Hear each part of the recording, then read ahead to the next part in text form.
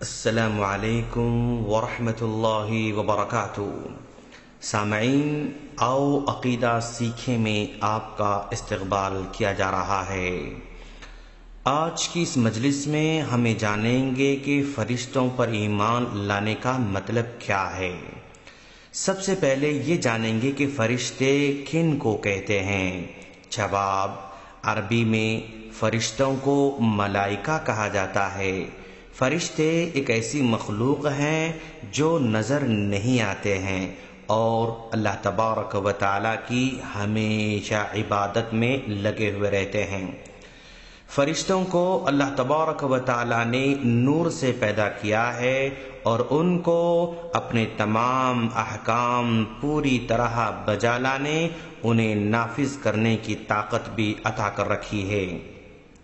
فرشتوں کی تعداد کتنی ہے؟ جواب: فرشتوں کی تعداد بہت زیادہ ہے اور اللہ تبارک و تعالیٰ کے علاوہ ان کی صحیح تعداد کوئی نہیں جانتا ہے۔ حضرت انس رضی اللہ تعالی عنہ کی معراج والی حدیث میں آتا ہے کہ نبی کریم صلی اللہ علیہ وسلم جب آسمان پر بیت المعمور پر پہنچے تو دیکھا کہ اس میں ہر روز 70,000 فرشتے طواف کرتے ہیں، اور جو اس میں ایک بار طواف کر کے چلا جاتا ہے تو دوبارہ اس میں لوٹ کر نہیں آ سکتا ہے، یعنی پھر کبھی اس کی واپسی کی باری نہیں آتی ہے۔ یہ بخاری اور مسلم کی روایت ہے۔ اچھا جناب، فرشتوں پر ایمان کیسے لانا؟ جواب: فرشتوں پر 4 طریقے سے ایمان لانا ہے۔ نمبر 1، فرشتوں کے وجود پر ایمان لانا ضروری ہے۔ نمبر 2، جن فرشتوں کے نام ہمیں معلوم ہیں ان پر تفصیلی ایمان لانا، اور جن فرشتوں کے نام ہمیں نہیں معلوم ان پر اجمالی طور پر ایمان لانا ہے۔ نمبر 3، فرشتوں کی جن صفات کا ہمیں علم ہے ان پر ایمان لانا، جیسے حضرت جبرائیل علیہ السلام کی صفت کے بارے میں اللہ کے رسول صلی اللہ علیہ وسلم نے فرمایا: میں نے جبرائیل علیہ السلام کو ان کی اصلی شکل و صورت میں دیکھا ہے۔ ان کے 600 پر تھے اور انہوں نے افق کو بھر رکھا تھا، یعنی پوری فضا پر چھائے ہوئے تھے۔ یہ مسند احمد کی روایت ہے۔ کبھی فرشتے اللہ تبارک و تعالیٰ کے حکم سے انسانی شکل و صورت میں بھی ظاہر ہوتے ہیں، جیسا کہ حضرت جبرائیل علیہ السلام کے بارے میں آتا ہے کہ جب اللہ تبارک و تعالیٰ نے انہیں حضرت مریم علیہ السلام کے پاس بھیجا تو وہ ان کے پاس ایک عام انسان کی شکل میں آئے تھے۔ اسی طرح ایک مرتبہ حضرت جبرائیل علیہ السلام نبی کریم صلی اللہ علیہ وسلم کی خدمت میں حاضر ہوئے۔ اس وقت آپ صحابہ کرام کے درمیان بیٹھے ہوئے تھے۔ وہ ایک ایسے شخص کی شکل میں آئے تھے کہ ان کے کپڑے انتہائی سفید تھے، سر کے بال غیر معمولی طور پر سیاہ تھے اور ان پر سفر کے آثار بھی نہیں تھے۔ صحابہ میں سے کوئی بھی انہیں نہیں پہچانتا تھا۔ وہ اپنے گھٹنے نبی کریم صلی اللہ علیہ وسلم کے گھٹنوں سے ملا کر بیٹھ گئے اور اپنے ہاتھ اپنے رانوں پر رکھ لیے۔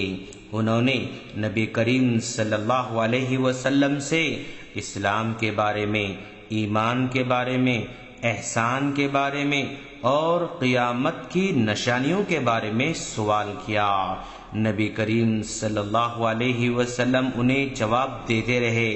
پھر بعد میں نبی صلی اللہ علیہ وسلم نے صحابہ کرام سے مخاطب ہو کر فرمایا: کیا تم جانتے ہو کہ کون تھے؟ صحابہ کرام نے کہا: اللہ کا رسول، ہم تو انہیں نہیں جانتے ہیں۔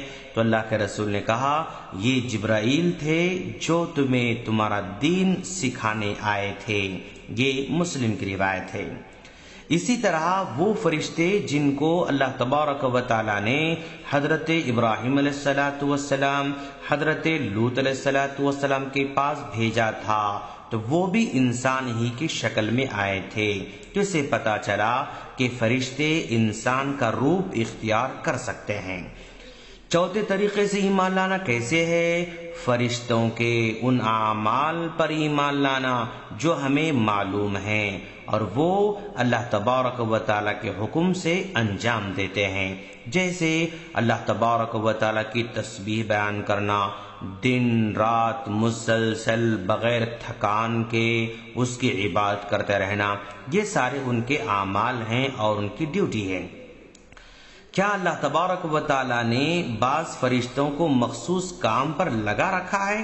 جواب ہاں، بعض فرشتے مخصوص اعمال کے لیے مقرر ہیں، جیسے حضرت جبرائیل علیہ السلام ہیں، اللہ تبارک و تعالیٰ کی وحی پہنچانے کے لیے مقرر ہیں۔ اللہ تعالیٰ نے اپنی وحی کے ساتھ انہیں اپنے نبیوں اور رسولوں کے پاس بھیجا تھا۔ اور دوسرے حضرت میکائیل ہیں، ان کی ذمہ داری بارش برسانے کا کام ہے۔ تیسرے حضرت اسرافیل ہیں، قیامت قائم کرنے کے لیے سور پھونکنے کی ذمہ داری ان کو دے دی گئی ہے۔ اور ایک فرشتہ ملک الموت ہے، یعنی موت کا فرشتہ، ان کا کام مخلوق کی روح نکالنا ہے۔ اور ایک فرشتے کا نام مالک ہے جو جہنم کا داروغہ ہے، داروغہ کا مطلب واچ مین۔ اور کچھ فرشتے ہیں جو ماں کے پیٹ میں پلنے والے بچے کے نگران ہوتے ہیں۔ جب بچہ ماں کے پیٹ میں 4 ماہ کی مدت پوری کر لیتا ہے تو اللہ تبارک و تعالیٰ اس کے پاس ایک فرشتہ بھیجتا ہے جو اس کی موت، اس کے عمل اور اس کے خوش نصیب ہونے یا بد نصیب ہونے کو لکھتا ہے۔ کچھ فرشتے انسانوں کے اعمال کو لکھنے کے لیے مقرر کیے گئے ہیں۔ ہر آدمی کے اعمال کو لکھنے کے لیے اللہ تبارک و تعالیٰ نے 2 فرشتے مقرر کر رکھے ہیں، جن میں سے ایک فرشتہ انسان کے دائیں جانب ہوتا ہے اور دوسرا بائیں جانب ہوتا ہے۔ ان کو کرامن کاتبین بھی کہا جاتا ہے۔ کچھ فرشتے مردوں سے سوال کرنے کے لیے مقرر ہیں۔